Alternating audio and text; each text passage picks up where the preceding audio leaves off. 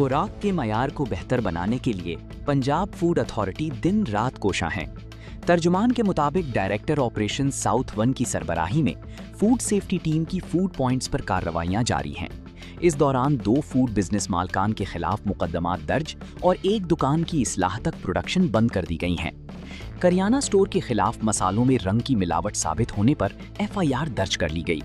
Lab test के दौरान दूध के सैंपल फेल होने पर मिल्क शॉप को तादमे इस्लाह बंद करके मुकदमा दर्ज करा दिया गया। टीम ने वेयर हाउस से 50 किलो मिलावटी चाय की पत्ती बरामद करके तलब करके 50,000 रुपए जुर्माना आयद कर दिया। तफसीलात के मुताबिक DG Punjab food authority Syed Musa Raza की खुसूसी हिदायत पर साउथ पंजाब में खुराक के मयार को बेहतर बनाने के लिए बिला तफरीक कार्रवाइयां जारी हैं। फूड सेफ्टी टीम ने डायरेक्टर ऑपरेशन साउथ 1 की सरबराही में कार्रवाइयां करते हुए करियाना स्टोर के खिलाफ मसालों में रंग की मिलावट साबित होने पर एफआईआर दर्ज करा दी, जबकि ज़या शहीद रोड पर वाक़ई मिल्क शॉप को दूध के सैंपल फेल होने पर तादमी इस्लाह बंद करके मुकदमा दर्ज करा दिया गया।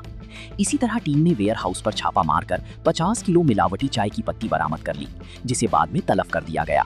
डीजी पंजाब फूड अथॉरिटी का कहना था कि फूड बिजनेस मालकान पंजाब फूड अथॉरिटी के कवानीन पर अमल दरामद को यकीनी बनाएं।